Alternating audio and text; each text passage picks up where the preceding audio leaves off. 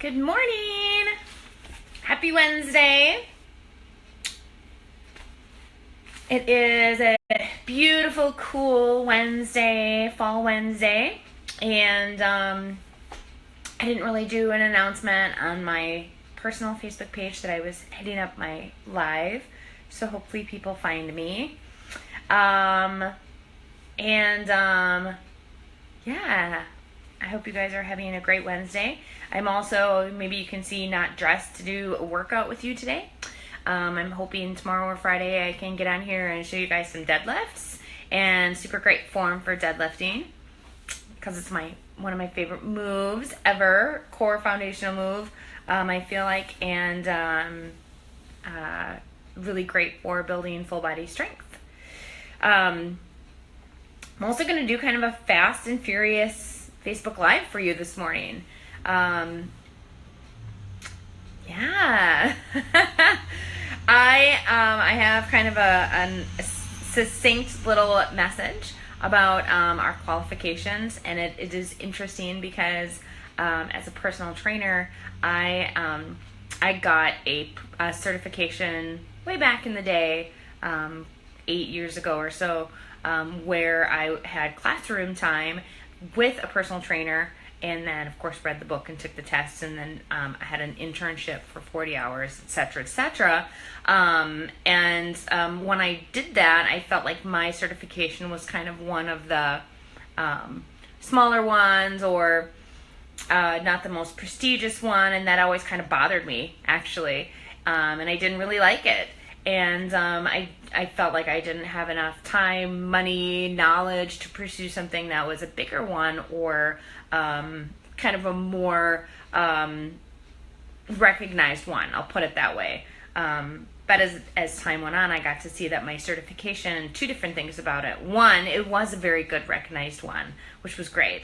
And I took it because I learned best hands-on. So I learned best in a classroom, taking this course from a trainer and being in the gym, doing hands-on work with people, seeing how it actually flowed, seeing how it worked. And then, of course, I had a 40-hour internship. I did half of it at a Lifetime Fitness and half of it at a YMCA. And that was fantastic for me because being with other trainers in their work environment, in the gym, that was just priceless for me, because I get to see how they interacted with people, how they put together their workouts, how they walked around the gym. It was really great. Anyway, all of that to be said, that for many years there, I felt like my qualification was less than par, less than what it should be. And I started to see, though, as I worked with more trainers and different trainers from different gyms, and different kinds of gyms and different styles of gyms, because I went from working at YMCAs to working at Anytime Fitnesses, and then I took a break in there and worked in a really prestigious kind of boutique gym called Steel Fitness, and the clientele was completely different than the Anytimes and the YMCAs, and that was a major learning experience as well. But everywhere you go, you have trainers all across the board with all of these different like skill sets and strengths and different toolkits, and different personalities and different stories. And what I found, and it was really encouraging, was that I had and I'm not going to say where, but I had a trainer coworker who was extremely knowledgeable in the way the body worked, in physiology, in the way your muscle groupings work together, all of this stuff. And that's not my strongest suit. And he was extremely knowledgeable in that one, but he could barely carry a conversation with clients because he was maybe not very social, or like social engagement was challenging for him.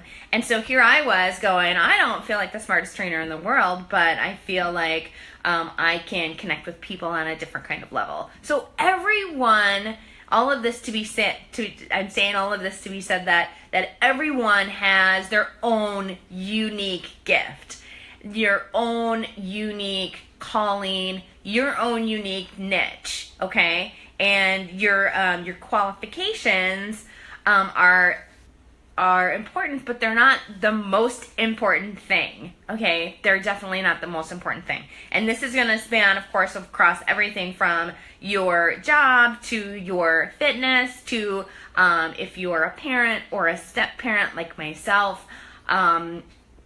If you're feeling called into a new field, if you're feeling like you need to step up and say something to a friend, if you're just feeling lonely or alone or whatever, this kind of little nugget from the Word of God this morning goes across all boundaries. I've got some friends that are considering becoming personal trainers. I've got some friends that are going through some recovery process. I've got some friends that are trying to take a break from some things right now and like reset and refocus on what God is calling them to do, and going through some trials and some tests. And, truth be told, you guys, right? So and I posted this on my Instagram, but I, despite having still working on my own fitness, am actually taking the rest of the season to pursue gardening and landscaping, and that's what I'm kind of doing as my main gig right now, which is why sometimes when I get on here in the mornings, I'm dressed like I'm going to go outside and work, because I am. And that's kind of a challenge as well, because that messes with my mind a little bit and says, when are you going to start training again? When are you going to go back to the gym and work again? And it messes with me a little bit because I'm trying to get my own workouts in, and now I'm in the boat as everybody else is too, right? Because I'm not working at the gym. I'm not at the gym for 8-9 hours a day, so it is a little bit more challenging, and I have faced some challenges with that. But I want to just talk to you about your qualifications today. So whatever you're doing, whatever you're going through, whatever you're working towards, you feel like God is calling you to, maybe you're not like a super strong person of faith. This is just something that you have a dream in your heart, an idea in your mind, and there's something stopping you and telling you that you're not qualified, or who are you to do this, or who are you to do that. So I am in the book of 2 Corinthians, and I wanted to just point out here too, this is a book written by Paul, who's awesome, right? Because Paul is one to talk about qualifications, right? Because he murdered Christians for a huge majority of his life before having a Jesus experience and literally having like a veil pulled away from his eyes, and then was one of the most amazing, influential saints, wrote most of the New Testament for the church. So this is cool because he's talking about qualifications here. And it's kind of a short passage, but it's 2 Corinthians 3. He's going to be talking about the Spirit of God, the Holy Spirit inside of us.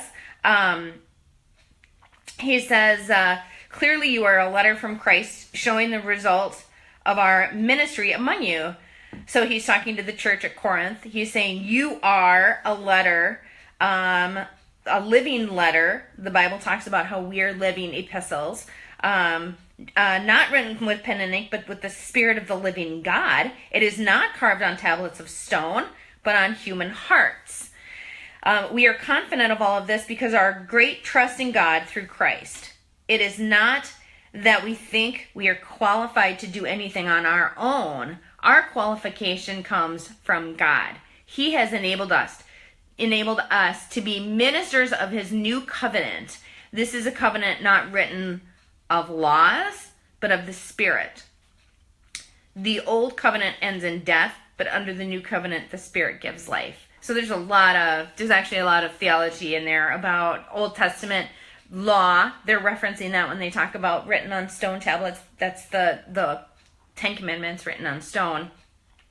600 and some laws that the Jewish people were called to uphold to be holy, and no one could ever do that. As a matter of fact, Jesus Christ was the only one who fulfilled all of that because he was God and man at the same time, right? So he fulfilled that because he was perfect. But this says basically that our qualification comes from God. He has enabled us to be ministers of his new covenant. That is because the Spirit of God now, instead of dwelling in temples like it did, or the Ark of the Covenant like it did in the Old Testament, dwells within us, inside of us. So we're confident in God because we trust God through Christ because of what He did for us. And it's not that we think we are qualified, but our qualification comes from God. Basically, you guys, if God is calling you to something, hey Julie, I love it. One of my old cross-country friends from high school is watching. So our qualification comes from God. So if you feel like God has called you to something, He feels like He wants you to do something, there is a dream in your heart, dream in your head that you can't let go of. A lot of times that's God speaking to you. And so it doesn't matter, you guys, what the world says, what your friend says, what your mom says, even what the piece of paper hanging on the wall says, or maybe you don't even have a piece of paper hanging on the wall. That is okay, because when God has called you, then He will equip you into that. A lot of times we always want to have, especially me, I want to have everything set up and ready to go. If I feel like I want to start a project or do something, then I need to have everything laid out. I need to have everything planned out. A lot of times, God and His plan is like the automatic doors, right? Where if you stand 10 feet away, they're not going to open, right? We stand back and we wait for God to do something, and God is waiting for us to walk up to the doors so that they open up.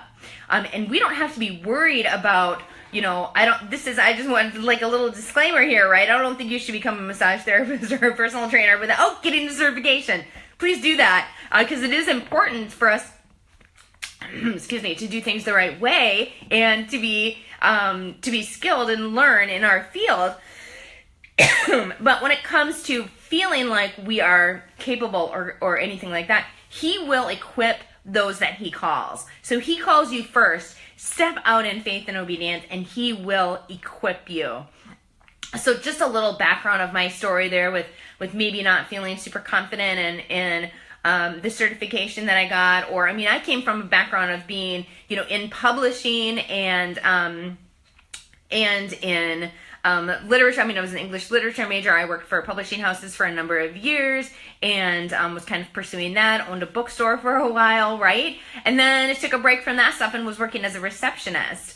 But my experience, when God called me to be a personal trainer, it was after I lost weight and really fell in love with the gym. And the experiences that I had was a qualification that a lot of other trainers didn't have, and it really made me stand out in my field. So I will say, you guys, if you feel called to something, step forward into that, step up to what God is calling you into, and those automatic doors will open. And you can trust that if He called you, that He's going to equip you. So that we read this morning, 2 Corinthians 3.